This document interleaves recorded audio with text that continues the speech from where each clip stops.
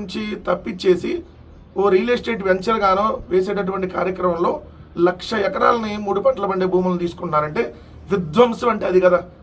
పర్యావరణ విధ్వంసం, రైతుల దగ్గర నుంచి ప్రభుత్వం తీసుకొని ప్రభుత్వమే చేసేటటువంటి విధ్వంసం, ఏదైతే రాష్ట్రంలో రైస్ భూముల్ని విధ్వంసం చేసినటువంటి పరిస్థితి, హరితాంధ్రప్రదేశ్ని విధ్వంసం చేసినటువంటి పరిస్థితి. ఎందుకంటే మీ అందరికీ తెలుసు, ఎక్కడైనా ఒక చిన్న కొండ దగ్గర ఒక బిల్డింగ్ కడుతుంటే పెద్ద పెద్ద రాద్ధాంతాలు చేస్తారు. అలానే రిషికొండలో చేశారు కదా, మీకు తెలియదే ఉంది. హైదరాబాద్ సెంట్రల్ యూనివర్సిటీలో 400 ఎకరాలు తీసుకుంటే సుప్రీంకోర్టు దాకా వెళ్ళినటువంటి పరిస్థితి. పర్యావరణం దెబ్బతిందని చెప్పి అందరూ కూడా దాన్ని అడ్డుకోవాలని చెప్పినటువంటి పరిస్థితుల్లో ఇక్కడ 1,00,000 ఎకరాలు ఎలా మోడీ గారు వస్తున్నారు?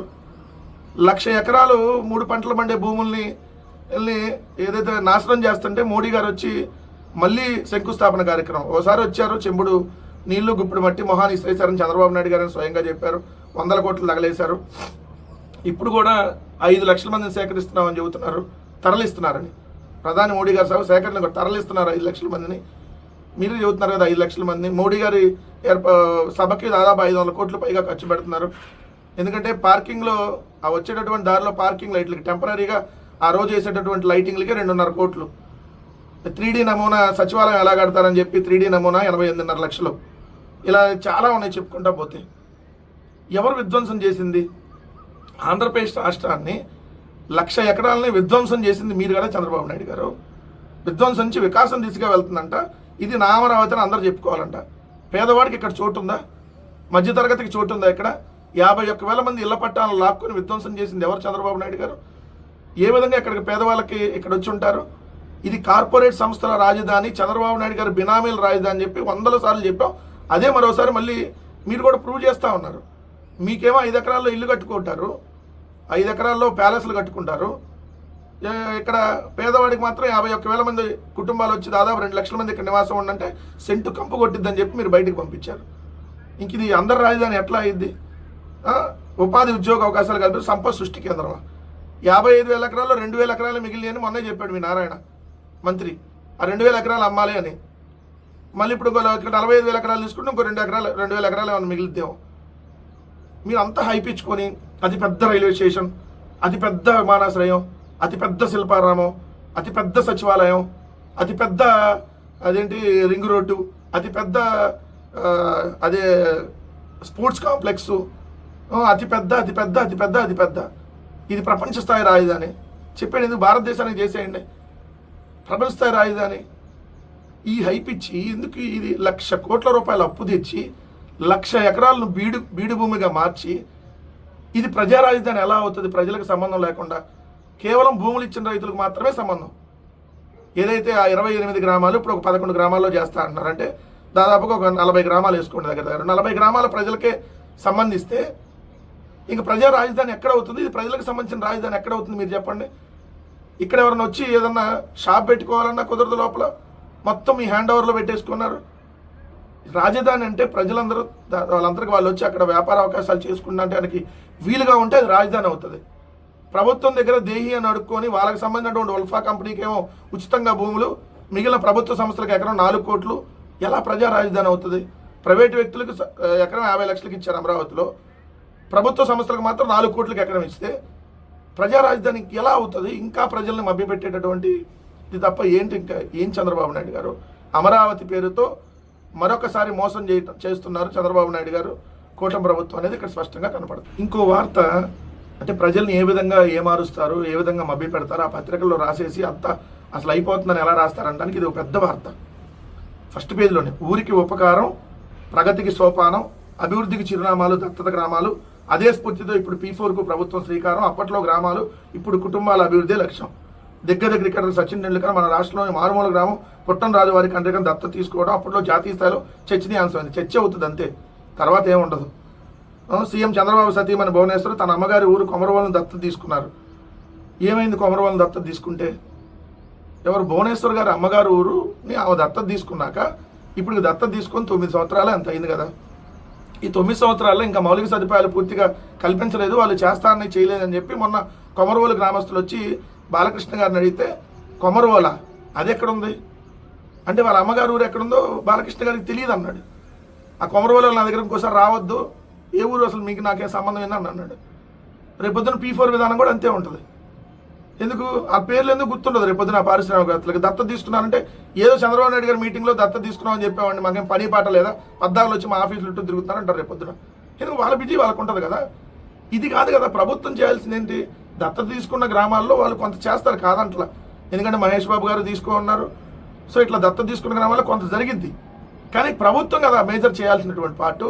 ఎవరి మీద డిపెండ్ అయ్యి వాళ్ళు చేస్తారు కాబట్టి ఇప్పుడు ఏదైతే పేదలను కూడా వాళ్ళకి అప్పచెప్పేస్తున్నాం, పేదలను కూడా వాళ్ళు చేసేస్తారని అంటే అసలు గ్రామాలలో అభివృద్ధి ఎలా ఉంటుంది, ఎలా చేసి చూపించాడని అంటే ఒక్కసారి ఆంధ్రప్రదేశ్లో 2019 నుంచి 24 దాకా జగన్మోహన్ రెడ్డి గారి పరిపాలన చూస్తే అర్థమైంది మీ రోతనాడు పత్రికకి.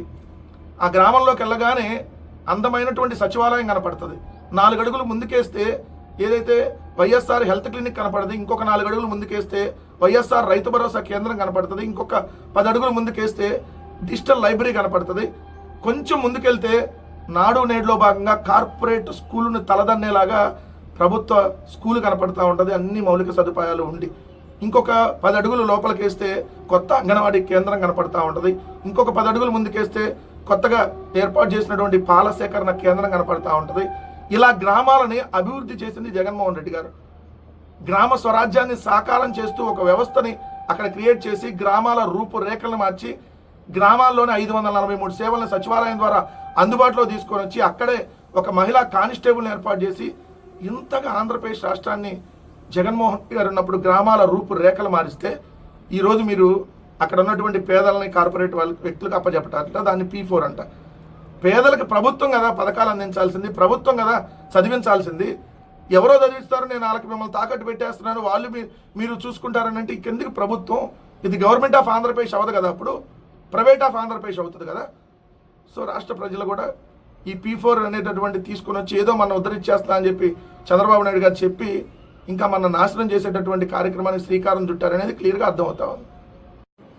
ఇంకో వార్త భూతు జ్యోతిలో రూటు మార్చిన రేషన్ మాఫియా, టాంజానియాకు కాకుండా ఫిలిప్పైన్స్కు ఎగుమతి, తెలంగాణ నుంచి అధికారికంగా అక్కడికి ఎగుమతులు, డిమాండ్తో అదే మార్గంలో విజయవాడ సిండికేటు, రూట్లు మార్చి నిఘాను ఏమార్చి అక్రమ రవాణా. రేషన్ మాఫియా మళ్ళీ రూటు మార్చింది. ఇటీవల వరకు విజయవాడ నుంచి టాంజానియాకు తరలిస్తున్న పేదల బియ్యాన్ని తాజాగా ఫిలిప్పైన్స్కు మళ్లిస్తుంది. అక్కడి వాళ్ళు మన బియ్యాన్ని కొనుగోలు చేయడానికి ఆసక్తి చూపడంతో మాఫియా ఈ మార్గం ఎంచుకున్నట్టు తెలిసింది. సో దాన్ని మొత్తం రాసుకొని వచ్చారు. ఉమ్మడి కృష్ణా జిల్లా రేషన్ మాఫియా బెజవాడ సిండికేట్కు రేషన్ బియ్యాన్ని తరలిస్తుంది. గతంలో మాదిరిగా గోడౌన్లో నిల్వ ఉంచట్లేదు, డైరెక్ట్గా చిన్న వ్యాన్లో విజయవాడకు రవాణా చేసి రోడ్డు పైన ఆ వాహనాలను నిర్ణీత ప్రాంతాల్లో స్వాధీనం చేసుకుని తిరిగి అవే వాహనాల్లో ముంబై తరలిస్తున్నారు. కొన్నేమో ఇక్కడ కాకినాడ పోర్టుకు తరలిస్తున్నారని రాశారు. ఇదిగోండి, ఈ కాకినాడ పోర్టు నుంచి కూడా ఫిలిప్పైన్స్కి ఎగుమతి జరుగుతుంది. ఈ రూట్లో నిఘా ఎక్కువ ఉండటం వల్ల చాలా తక్కువగానే విజయవాడ నుంచి అక్రమ రవాణా జరుగుతుంది. చింతలపూడి మార్గం గణపవరం రావులపాలెం మీదుగా కాకినాడ పోర్టుకు రేషన్ బియ్యాన్ని రవాణా చేస్తున్నారు. She is the ship. ఎక్కడ షీఈస్ ద షిప్? ఉప ముఖ్యమంత్రి గారు ఇప్పుడు she is the ship, she is the vehicle, she is the ration శాఖ మంత్రి. తెలుసు కదా రేషన్ శాఖ మంత్రి ఎవరో? సివిల్ సప్లైస్, పౌర సరఫరాలు అంటారు. అదే మీ పార్ట్నర్ నాదెండ్ల మనోహర్ గారు. ఏ గుడ్డిగాడికి పళ్ళు తవ్వుతున్నాడు? బూత్ పత్రికలోనే వచ్చింది రేషన్ మాఫియా పడగలెత్తుతుంది, రూట్లు మార్చింది అని. మీరే విధంగా రూట్లు మార్చి వాళ్ళందరితో సెటిల్మెంట్లు చేసుకుంటున్నారో రేషన్ మాఫియాతో. ఎందుకంటే షీఈస్ ద షిప్ ఏమైంది? ఆ షిప్లో పట్టుకున్నటువంటి బియ్యం ఎక్కడికి వెళ్ళని? ఆ బియ్యం ఎవరివి? ఇన్ని నెలలైనా ఎందుకు తెలియలేదు?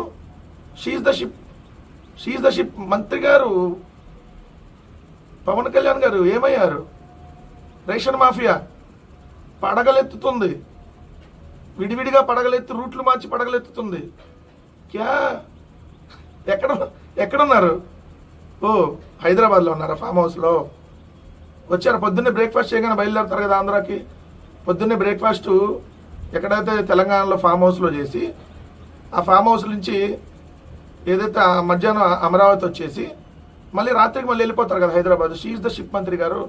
రేషన్ మాఫియా విచ్చలవిడిగా, రేషన్ మాఫియా కాదు, రేషన్ మాఫియా, మద్యం మాఫియా, ఇసుక మాఫియా, మట్టి మాఫియా, ఈయన మైనింగ్ మాఫియా, విచ్చలవిడిగా బెల్ట్ షాపులు, విచ్చలవిడిగా ఎక్కడ చూసిన పేకాట క్లబ్బులు, ఆఖరికి స్పా ముసుగులు, వ్యభిచారం. ఆంధ్రప్రదేశ్ రాష్ట్రాన్ని సర్వనాశనం